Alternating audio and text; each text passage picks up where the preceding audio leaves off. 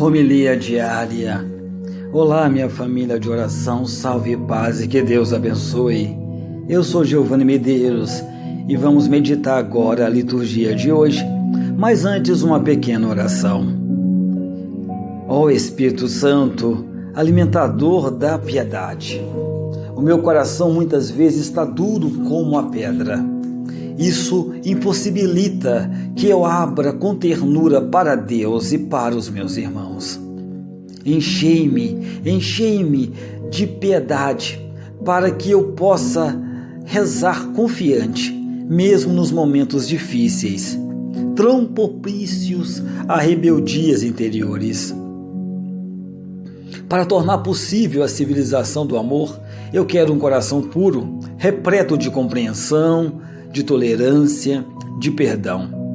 Que a vossa piedade me cubra neste dia. Vinde, Espírito de piedade. Vinde, Espírito de piedade. Está na segunda carta de Pedro, capítulo 1, versículo 7. E a piedade, amor fraternal, e o amor fraternal, caridade. Hoje, na primeira leitura de Atos dos Apóstolos, depois da Samaria, cujos habitantes eram meio judeus e meio pagãos, o evangelho acaba penetrando em um terreno vedado. O etíope personifica esta dupla conquista da igreja nascente. Dupla porque se trata de um eunuco que, como tal, ele estava excluído da Assembleia de Israel. Está lá em Deuteronômio, capítulo 23, versículo 1. Além disso, era provavelmente pagão, um dos tantos que, simpatizando com o judaísmo, aceitavam a maior parte dos seus princípios religiosos, sem todavia ser admitidos na comunidade judaica. Se era realmente pagão, então terá sido o primeiro a converter-se ao cristianismo, embora Lucas não afirme. Trata-se, sem dúvida, de uma pessoa rica e também muito influente. Alguém que pode fazer uma longa viagem devidamente equipado e possuir um rolo manuscrito da Bíblia. Deus envia-lhe Filipe, guiado pelo Espírito.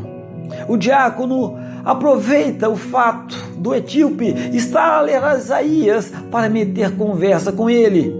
E surge a grande pergunta: de quem fala o profeta? De si mesmo ou de outra pessoa? Filipe fala então de Jesus. O eunuco acredita e recebe o batismo. A meditação eclesial e a graça de Deus dissiparam-lhe as dúvidas. No evangelho de hoje diz João: eu sou o pão da vida que desceu do céu. Essas palavras soam como muitas vezes absurdas. A multidão protesta e torna-se hostil. É difícil ultrapassar o obstáculo da origem humana de Jesus e reconhecê-lo como Deus. Então, Jesus, evitando a discussão com os judeus, procura ajudá-los a refletir sobre a dureza do seu coração, enunciando as condições necessárias para acreditar nele, ser atraído pelo Pai, docilidade a Deus, escutar o Pai. Estamos diante do ensinamento interior do Pai e do ensinamento da vida de Jesus, que desemboca na fé obediente do crente à palavra do Pai e do Filho. Escutar Jesus é ser ensinado pelo próprio Pai. Com a vinda de Jesus, a salvação está aberta para nós todos, desde que se deixem docilmente atrair pelo Pai. Há realmente uma ligação entre a fé em Jesus e a vida eterna.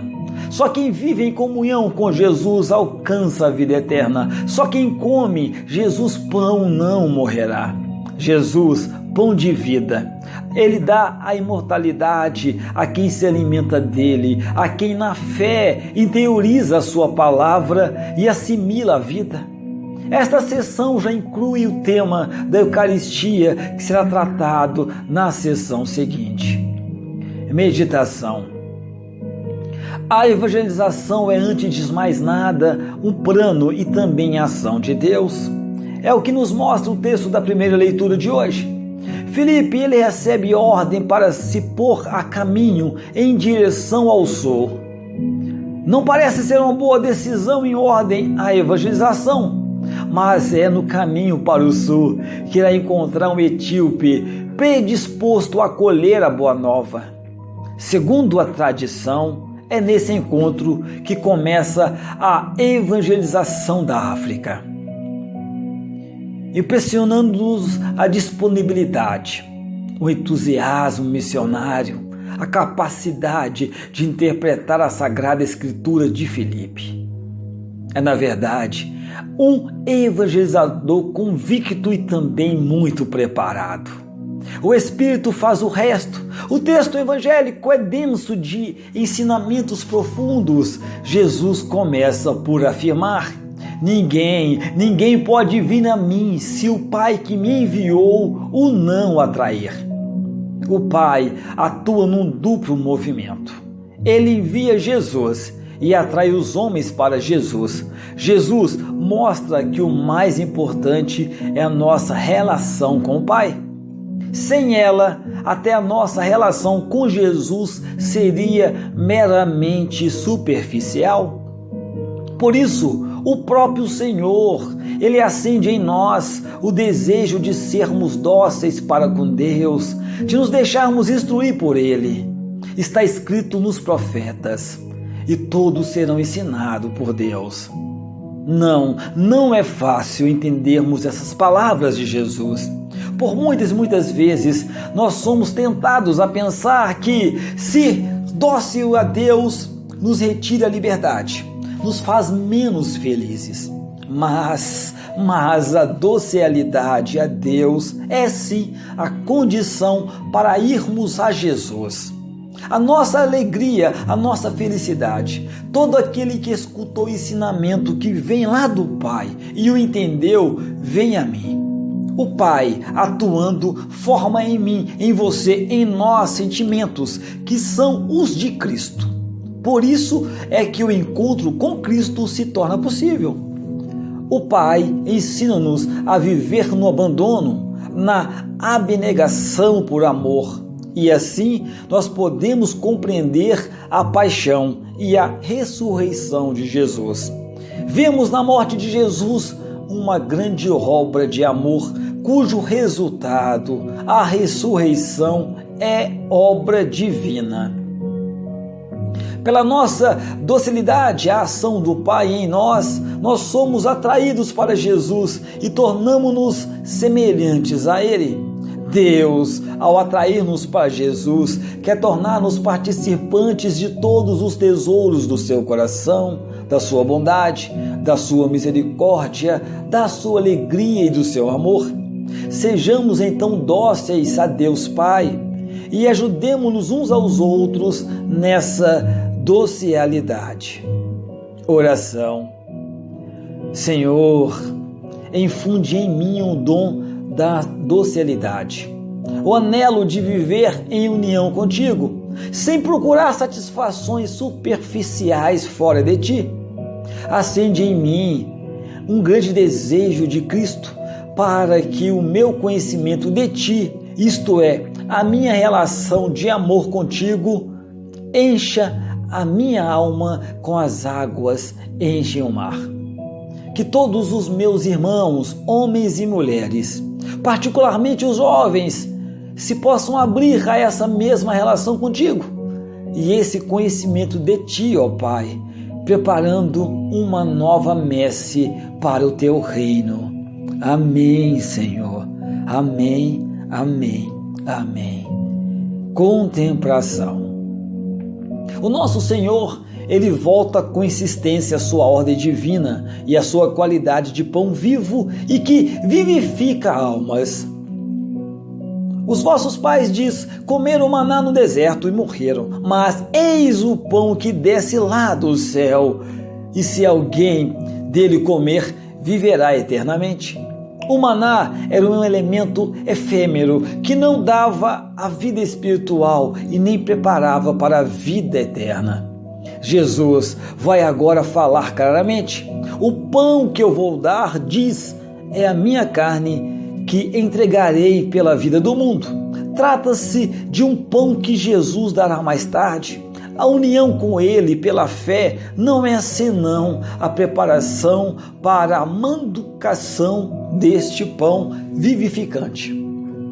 Os judeus estão escandalizados, mas é preciso que Jesus diga tudo o que prepare os seus discípulos para a instituição da Santa Eucaristia. Em verdade, acrescenta: eu vos declaro, se não comerdes a carne do Filho do Homem, e se não beberdes o seu sangue, não tereis a vida em vós. Quem come a minha carne e quem bebe o meu sangue, terá a vida eterna, e eu ressuscitarei no último dia. A minha carne é verdadeiramente um alimento, e o meu sangue é verdadeiramente uma bebida. Quem come a minha carne e quem bebe o meu sangue permanece em mim e eu nele. E como eu vivo da vida de meu Pai que me enviou, do mesmo modo, quem me come viverá de mim. Hoje, irmão e irmã, em ação de graças à palavra, vamos repetir frequentemente. Está lá em João, capítulo 6, versículo 51, que diz: se alguém comer deste pão, viverá eternamente. Repito, se alguém comer deste pão, viverá eternamente. E que o vento hoje, ele sopre sobre a vida de todos nós, nos trazendo cada dia o aroma da paz. Que o fogo aqueça os nossos corações, deixando-nos cheios de ternura. Que a palavra que sai de nossos lábios e as que visitarem os nossos ouvidos levem e tragam o som de uma benção. Que os próximos dias, sejam eles ensolarados ou nubrados, permitam a passagem dos raios da luz divina em nossa vida. E que nós, iluminados e aquecidos pelo sol da justiça, sigamos por caminhos de retidão. Que nossos passos sejam de fé, os nossos gestos sejam de paz, as nossas relações sejam de solidariedade e as nossas palavras sejam de amor. Amém. Amém, Senhor. Amém, Senhor. Meu amado e minha amada, nunca, jamais se esqueça: Deus ama muito, muito, muito, muito, muitíssimo você.